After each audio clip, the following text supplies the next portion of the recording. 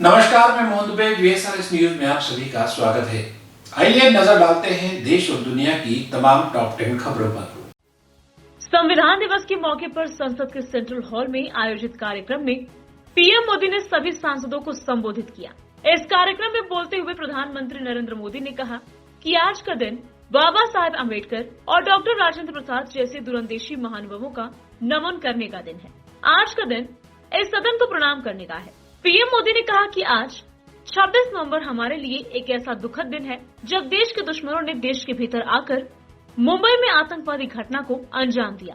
भारत के अनेक वीर जवानों ने आतंकवादियों से लोहा लेते लेते अपने आप को समर्पित कर दिया। मैं आज 26 नवंबर को उन सभी बलिदानियों को भी आदर पूर्वक नमन करता हूँ। पीएम मोदी बोले, हमारा संविधान ये सिर्फ अनेक धाराओं का संग्रह नहीं है। हमारा संविधान सहस्त्रों वर्ष की महान परंपरा, अखंड धारा, उस धारा की आधुनिक अभिव्यक्ति है। संविधान दिवस के दिन भी राजनीतिक दलों की ओर से सियासत जारी है। संसद के सेंट्रल हॉल में संविधान दिवस पर आज शुक्रवार को आयोजित कार्यक्रम का कांग्रेस ने बहिष्कार किया, तो वहीं आम आदमी पार्टी समेत 14 विपक्षी दलों ने भी इससे दूरी बनाए रखी। कांग्रेस के कार्यक्रम में शिरकत नहीं करने को लेकर भारतीय जनता पार्टी की ओर से देश की सबसे पुरानी पार्टी पर निशाना साधा गया। बीजेपी और अमित मालवीय ने इसे अम्बेडकर का अपमान बताया। भारतीय जनता पार्टी की IT सेल के प्रमुख अमित मालवीय ने कहा कि Congress, left, TMC, Rashtriya Janata Dal, Shiv Sena, NCP, Samajwadi party, IUML और DMK सहित 14 दलों ने सेंट्रल हॉल में संविधान दिवस समारोह का बहिष्कार किया है। नेहरू जयंती कार्यक्रम के दौरान हंगामा करने वाले कांग्रेस अब बहिष्कार का नेतृत्व कर रही है। ये डॉक्टर अम्बेडकर का अपमान है।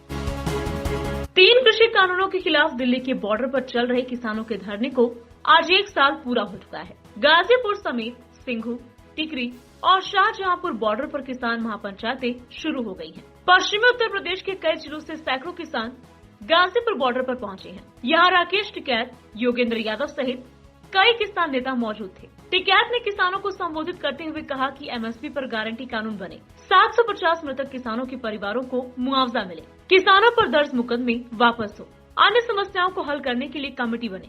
ये सब मांग पूरी होती है तो हम बॉर्डर से वापस चले जाएंगे। महाराष्ट्र के मुंबई में साल 2008 में हुए आतंकी हमले की आज 13वीं बरसी है। इसे भारत के इतिहास का सबसे भयावह आतंकी हमला माना जाता है। पूरा देश शहीदों और हमले के पीड़ितों को याद कर रहा है। राष्ट्रपति रामनाथ कोविंद ने ट्वीट कर कहा, 26/11 मुंबई आतंकी हमले के शहीदों और पीड़ितों को मेरी भावभीनी श्रद्धांजलि। कर्तव्य के लिए अपने प्राणों की आहुति देने वाले सुरक्षा बलों की बहादुरी और बलिदान के लिए राष्ट्र हमेशा उनका आभारी रहेगा। रक्षा मंत्री राजनाथ सिंह ने कहा कि मुंबई पर 26 नवंबर को हुए आतंकी हमले की 13वीं बरसी पर हम उन बेकसूर लोगों को याद कर रहे हैं जिन्हें हमने खो दिया है। उन हमलों में जान गंवाने वाले सभी लोगों को मेरी श्रद्धांजलि। हमारे सुरक्षा बलों ने 26/11 की हमलों के दौरान अनुकरणीय साहस का परिचय दिया है।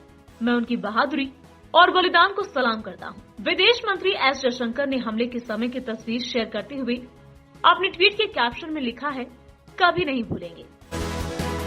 केंद्रीय मंत्री और बीजेपी नेता नारायण राणे ने महाराष्ट्र की सियासत को लेकर बड़ा बयान दिया है। उन्होंने कहा कि अगले साल मार्च तक महाराष्ट्र में बीजेपी की सरकार बन जाएगी। राणे ने शुक्रवार को जयपुर में कहा कि महाराष्ट्र में बीजेपी की सरकार बनने के बाद वहां बदलाव देखने को मिलेगा। जानकारी के अनुसार केंद्रीय लघु एवं मध्यम उद्योग मंत्री नारायण राणे जयपुर दौरे पर पहुंचे थे। राणे ने महाराष्ट्र के माहौल को लेकर कहा कि महाराष्ट्र में भाजपा सरकार नहीं है, इसलिए वहां ऐसा माहौल बना हुआ है, लेकिन मार्च तक वहां भाजपा की सरकार बन जाएगी। इसके बाद अपेक्षित बदलाव देखने को मिलेगा। इसके आगे राणे ने कहा कि सरकार गिराने और बनाने की बात सीक्रेट होती है, ये मेरे अंदर की बात है, उसको बाहर नहीं निकालना चाहता।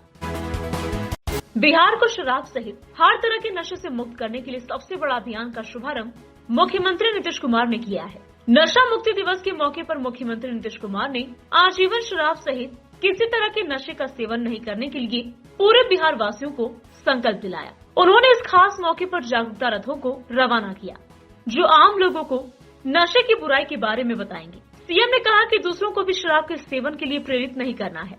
शराब से जुड़ी गतिविधियों से अपने आप को अलग रखना है। राज्य सरकार के सभी कर्मचारी व अफसरों को अपने अपने सरकारी कार्यालयों में इसकी शपथ लेने की हिदायत दी गई है।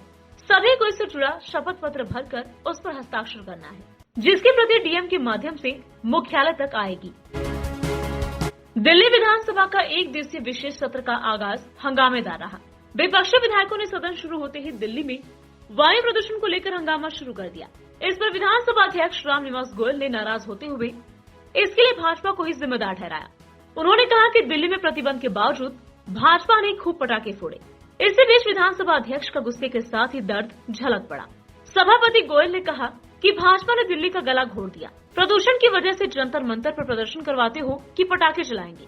आपको पता है, मेरी पत्नी 1 महीने से घर से बाहर नहीं निकली है।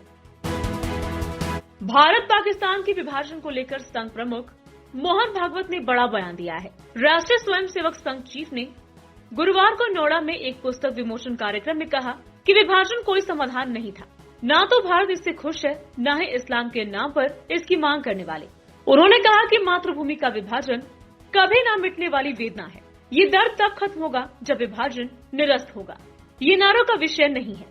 नारे तब भी लगते थे, लेकिन विभाजन हुआ, ये सोचने का विषय है। उन्होंने आगे कहा कि हिंदू समाज को संगठित होने की जरूरत है। हमारी संस्कृति विविधता में एकता की है, इसलिए हिंदू ये नहीं कह सकता कि मुसलमान नहीं रहेंगे। अनुशासन का पालन सबको करना होगा। अत्याचार को रोकने के लिए बल के साथ सत्य आवश्यक है। उत्तर प्रदेश में संविधान दिवस के अवसर पर राजधानी लखनऊ के स्मृति उपभवन में संविधान बचाओ विराट महापंचायत का आयोजन किया गया। इस कार्यक्रम में समाजवादी पार्टी के साथ गठबंधन करने वाले छोटे दल के नेता शामिल हुए। कार्यक्रम के मुख्य अतिथि सपा अध्यक्ष व पूर्व सीएम अखिलेश यादव होंगे। इसके अलावा डॉक्टर अम्बेडकर के पौत्र पूर्व सांसद प्रकाश अम्बेडकर कार्यक्रम में शिरकत करेंगे। काशीराम बहुजन मूल निवासी पार्टी की राष्ट्रीय अध्यक्ष व पूर्व सांसद सावित्रीबाई फुले के द्वारा विराट महापंचायत का आयोजन किया गया है। हिमाचल प्रदेश उपचुनाव में मिली करारी हार के बाद आत्ममंथन के लिए शुरू हुई भाजपा के 3 दिवसीय मैराथन बैठकों के अंतिम दिन प्रदेश कार्य समिति को होटल पीटर हॉफ में राष्ट्रीय अध्यक्ष जगत प्रकाश नड्डा ने संबोधित किया। संबोधन के दौरान उन्होंने सोशल मीडिया पर चल रहे अफवाहों को दरकिनार करते हुए स्पष्ट किया कि प्रदेश की सरकार मुख्यमंत्री जयराम ठाकुर के नेतृत्व में ही आगे बढ़ेगी और केंद्र की मोदी सरकार राज्य की जयराम सरकार के द्वारा किए गए विकास कार्यों के बल पर 2022 का चुनाव लड़ेगी और फिर से सत्तासीन होगी। नड्डा ने कहा कि केंद्र और राज्य की भाजपा सरकारों के डबल इंजन की बदौलत हिमाचल में विकास के नए आयाम गढ़े जा रहे हैं।